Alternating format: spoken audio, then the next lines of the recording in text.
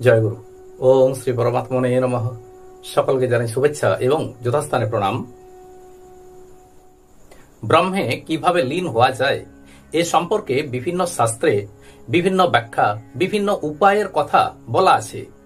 এ সম্পর্কে যোগীরাজ শ্যামাচরণ লাহিড়ী মহাশয় যে পন্থাটি নির্দিষ্ট করেছেন, যে পন্থাটি আমাদেরকে দিয়ে গেছেন, এটি উত্তম পন্থা, সর্বোৎকৃষ্ট পন্থা। একেই বলা হয় যোগ কর্ম সুকৌশলম, অর্থাৎ সুপ্রিম স্পিরিচুয়াল সায়েন্স বা ক্রিয়া যোগ। এই যোগ কর্ম সুকৌশলম এই পদ্ধতির মাধ্যমে ব্রহ্মে লীন হওয়া সম্ভব। এ সম্পর্কে লাহিড়ী মহাশয় যে পন্থাটি, যে পদ্ধতিটি আলোচনা করেছেন, ব্যাখ্যা করেছেন, আজ সে নিয়েই আলোচনা করব। আর ক্রিয়াযোগ কি, কাকে বলে, এ নিয়েও পাঠ ও আলোচনা করব। এই ক্রিয়াযোগ হল বিজ্ঞানসম্মত ক্রিয়াযোগ, যার দ্বারা জীব শূন্য ব্রহ্মে অর্থাৎ ব্রহ্মে লয়প্রাপ্ত হতে পারে। যোগীরাজ বলেছেন 10,61,000 প্রাণায়ামে কেবল কুম্ভক সিদ্ধ হয়। মূলাধার থেকে বিশুদ্ধ চক্র পর্যন্ত রয়েছে 5টি চক্র, অর্থাৎ মূলাধার, স্বাধিষ্ঠান, মণিপুর, অনাহত ও বিশুদ্ধ। এই 5টি চক্রে 5টি তত্ত্ব রয়েছে, ক্ষিতি, অপ, তেজ, মরুত, বোম। মূলাধার চক্রে রয়েছে ক্ষিতি তত্ত্ব, স্বাধিষ্ঠানে রয়েছে অপ তত্ত্ব, মণিপুরে রয়েছে তেজ তত্ত্ব, অনাহত চক্রে রয়েছে মরুত তত্ত্ব এবং বিশুদ্ধ চক্রে রয়েছে বোম তত্ত্ব। যোগীরাজ বলেছেন প্রতি 2 লক্ষ অন্তর্মুখী প্রাণায়ামে এক এক চক্রের তরঙ্গ থেমে যায়। অর্থাৎ যোগী যখন 10 লক্ষ প্রাণায়াম করতে সক্ষম হন, তখন তিনি বিশুদ্ধ চক্রে পৌঁছে যান, যেখানে প্রাণের তরঙ্গ থাকে 10%। আমরা জানি সহস্রার হল 100% নিশ্চল ব্রহ্ম। সহস্রারে রয়েছে 100% নিশ্চল ব্রহ্ম। এরপর আজ্ঞাচক্র, এখানে 0%, 0 থেকে 1, 2, 3, 4 করে বৃদ্ধি পেতে লাগলো। প্রাণের তরঙ্গ বৃদ্ধি পায় এবং যখন বিশুদ্ধ চক্রে আসে তখন সেখানে প্রাণের তরঙ্গ হয় 10%। এই 10% তরঙ্গায়িত অবস্থা হলো জীবের মৃত্যুর স্থান। যোগী যখন এই অবস্থায় পৌঁছান, অর্থাৎ বিশুদ্ধ চক্রে যখন পৌঁছান, বিশুদ্ধ চক্রে, তখন তিনি এই দেহেই মৃত্যুর স্বরূপ, মৃত্যুকে জানতে পারেন। যেহেতু এই দেহেই তিনি মৃত্যুর অবস্থাকে জানতে পারেন, তখন তার মধ্যে আর কোনো প্রকার মৃত্যু ভয় থাকে না। বিশুদ্ধ চক্রে আসার পর প্রাণের তরঙ্গ থাকে 10%। এখন এই 10% প্রাণ তরঙ্গকে থামানোর জন্য আরো 61,000 বার প্রাণায়াম প্রয়োজন। এভাবে যোগী অন্তর্মুখী প্রাণায়ামের দ্বারা স্থির ব্রহ্মে মিশে যান। জীবের এই সাধন কর্মকেই বলা হয় ক্রিয়াযোগ, অর্থাৎ যোগ কর্ম সুকৌশলম। যোগীরাজ বারবার বলেছেন যে এই ক্রিয়াযোগ এটি কিন্তু সম্পূর্ণ আলাদা। অর্থাৎ তিনি বলেছেন যে নাকটেপা প্রাণায়াম, সেই নাকটেপা প্রাণায়ামের মতো এটি নয়, এটি অন্তর্মুখী প্রাণায়াম।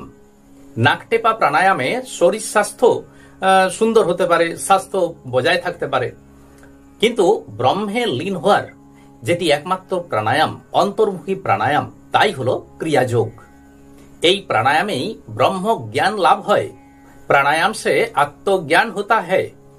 জন্ম জন্মান্তর ধরে আমাদের প্রাণের গতি অনন্ত, ঠিক একটা বহমান নদীর মতো। যে নদী উৎস পর্বত থেকে বেরিয়ে এলো, নির্গত হলো, এবার সে সমুদ্রের দিকে ছুটে চলল। পর্বত থেকে নিচে নামার পর তার গতি থাকে প্রচন্ড, একটা অনন্ত গতি নিয়ে সে কিন্তু ভূপৃষ্ঠের উপর ছুটে চলে। এখন এই গতিকে থামানো কিন্তু সহজ নয়। আমাদের প্রাণের গতিও ঠিক তাই। জন্ম জন্মান্তর ধরে আমরা জানি না যে আমরা পূর্ব জন্মে কত জন্ম আমরা কাটিয়ে এসেছি, কতগুলো জন্ম আমরা পার হয়ে এসেছি। অর্থাৎ এই যে জন্মের যে ফ্লো, এই যে গতি, এই গতিটিকে সহজে রোধ করা সম্ভব নয়। এটিকে রোধ করতে পারে একমাত্র এই যোগ কর্ম, অর্থাৎ ক্রিয়াযোগ। একসময় স্থির ব্রহ্মেই আমাদের অবস্থান ছিল, কিন্তু চঞ্চলতার দরুন লক্ষ লক্ষ জন্ম ভ্রমণ করতে হয়েছে। কর্ম পার্শ্বে আবদ্ধ হতে হয়েছে। এবার যদি ক্রিয়াযোগ অবলম্বন করা যায় তাহলে আবার সেই স্থির ব্রহ্মে ফিরে যাওয়া যায়। জীববিজ্ঞানে প্রাকৃতিক বিবর্তনবাদ বলে একটা ধারণা, একটা থিওরি আছে।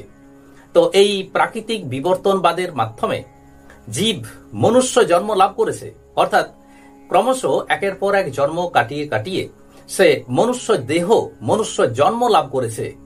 কিন্তু এই জন্মের পর আরো কত জন্ম যে আমাদেরকে পার হতে হবে, অর্থাৎ বাকি প্রাণতরঙ্গের দরুন আমাদেরকে কত হাজার জন্ম যে পার হতে হবে তা আমাদের কারোর জানা নেই। হয়তো সেই প্রাণতরঙ্গের দরুন হাজার হাজার জন্ম আমাদেরকে অতিক্রম করতে হবে। কিন্তু এই ক্রিয়াযোগের মাধ্যমে প্রাণের অনন্ত গতিকে থামিয়ে আবার স্থির ব্রহ্মে ফিরে যাওয়া যায়। যোগীরাজ তাই জীবের জাগতিক মঙ্গলের কথা চিন্তা করেননি, অর্থাৎ জীব যে কিভাবে জাগতিক দিক থেকে সুখী হবে, ঐশ্বর্যশালী হবে, এটাকে তিনি গুরুত্ব দেননি। তিনি জীবের আত্মিক উন্নতির দিকটিকেই লক্ষ্য রেখেছেন। আর সেই কারণেই তিনি আমাদেরকে এই অমূল্য ক্রিয়াযোগ দিয়ে গেছেন। তিনি বলেছেন যে যোগ সাধন অবিনাশী, অর্থাৎ এই জন্মে যতটা যোগ সাধনা করতে পারলাম, ক্রিয়াযোগ যতটা অভ্যাস করতে পারলাম, এটি কিন্তু অবিনাশী, এর বিনাশ নেই। তাই পরজন্মে আবার সেই ক্রিয়াযোগ পাব এবং যতটা এগিয়েছিলাম তারপর থেকে আবার এগিয়ে যাব। এভাবে দু এক জন্ম এই ক্রিয়াযোগ অভ্যাসের মাধ্যমে প্রাণ তরঙ্গকে সম্পূর্ণভাবে স্তব্ধ করা যায়, স্থির করা যায় এবং ব্রহ্মে লীন হওয়া যায়। এই কারণেই গীতাতেও বলা আছে, স্বধর্মে নিরত থেকে যদি দেহের নাশ হয় তথাপি কখনো পরধর্মে, অর্থাৎ বিপক্ষীয় ইন্দ্রিয় ধর্মে রত থাকা উচিত নয়।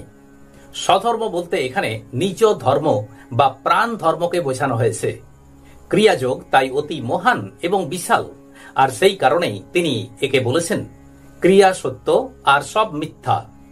ক্রিয়াযোগ ছাড়া পৃথিবীতে আর কোনো বিকল্প পথ নেই বা অন্য কোনো উপায় নেই যার দ্বারা প্রাণের তরঙ্গকে থামিয়ে, সম্পূর্ণভাবে থামিয়ে 0% পৌঁছানো যায় এবং স্থির ব্রহ্মকে প্রাপ্ত হওয়া যায়। আজ এই পর্যন্তই। আসুন এবার শ্রী ভগবানের মহামন্ত্র জপ করি। হরে কৃষ্ণ কৃষ্ণ কৃষ্ণ হরে হরে, হরে রাম রাম রাম হরে হরে। নমস্কার।